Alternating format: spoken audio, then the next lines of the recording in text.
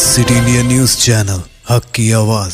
Paradise function palace, paradise function palace महबूब नगर। BJP నాయకులు నిన్న ఒక పార్లమెంట్ సభ్యురాలు తెలంగాణకు వచ్చి మాకు 15 సెకండ్లు ఇస్తే ఈ దేశంలో ఉన్న మైనారిటీలను తుదమిట్టిస్తామని మతాన్ని రెచ్చగొట్టే విధంగా మాట్లాడింది. నేను అడుగుతున్న తెలంగాణ సమాజాన్ని, పౌర హక్కులను, పౌర సమాజం, ప్రజల యొక్క హక్కుల కోసం కొట్లాడే వాళ్ళు, మాట్లాడే వాళ్ళు జాగృతతో ఆలోచన చేయాలి.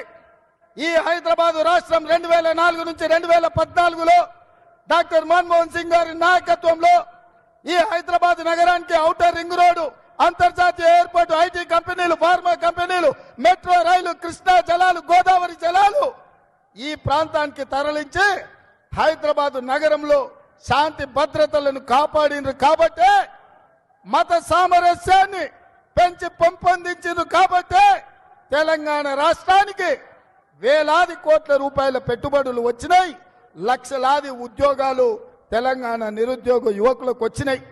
నేను ఇవాళ అడుగుతున్నా, ఈ జంట నగరాలలో ఉండే ప్రజల్ని, చేవెళ్ళ, హైదరాబాద్, సికింద్రాబాద్, మల్కాజ్గిరి ప్రాంతంలో ఉన్న ఓటర్లను ఈ హైదరాబాద్ నగరంలో మళ్ళీ బీజేపీ వాళ్ళు అనుకున్నట్టు మత చిచ్చు రేపి, మత కల్లాలు వాళ్ళు వచ్చి శాంతి భద్రతలు దెబ్బతింటే మనకు పెట్టుబడులు వస్తాయా? మన ఉద్యోగ ఉపాధి అవకాశాలు ఉంటాయా?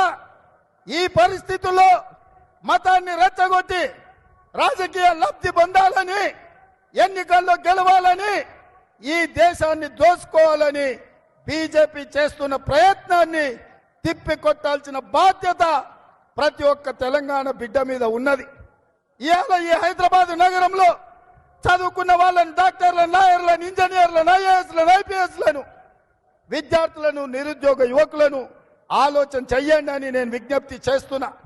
హైదరాబాద్ నగరం ప్రశాంతంగా ఉంది, మత సామరస్యం కాపాడినాం, ఈ నగరాన్ని అభివృద్ధి చేసినాం, ఈ నగరానికి వేల కోట్ల రూపాయల పెట్టుబడులు తెచ్చినాం, వందలాది పరిశ్రమలు తెచ్చినాం, ఐటీ కంపెనీలను తెచ్చినాం, ఫార్మా కంపెనీలను తెచ్చినాం. కాబట్టే ఇవాళ విశ్వ నగరంగా ఈ హైదరాబాద్ నగరం అభివృద్ధి చెందింది. ఇవాళ ఈ విశ్వ నగరంలో బీజేపీ వాళ్ళు విషం జిమ్ముతున్నారు.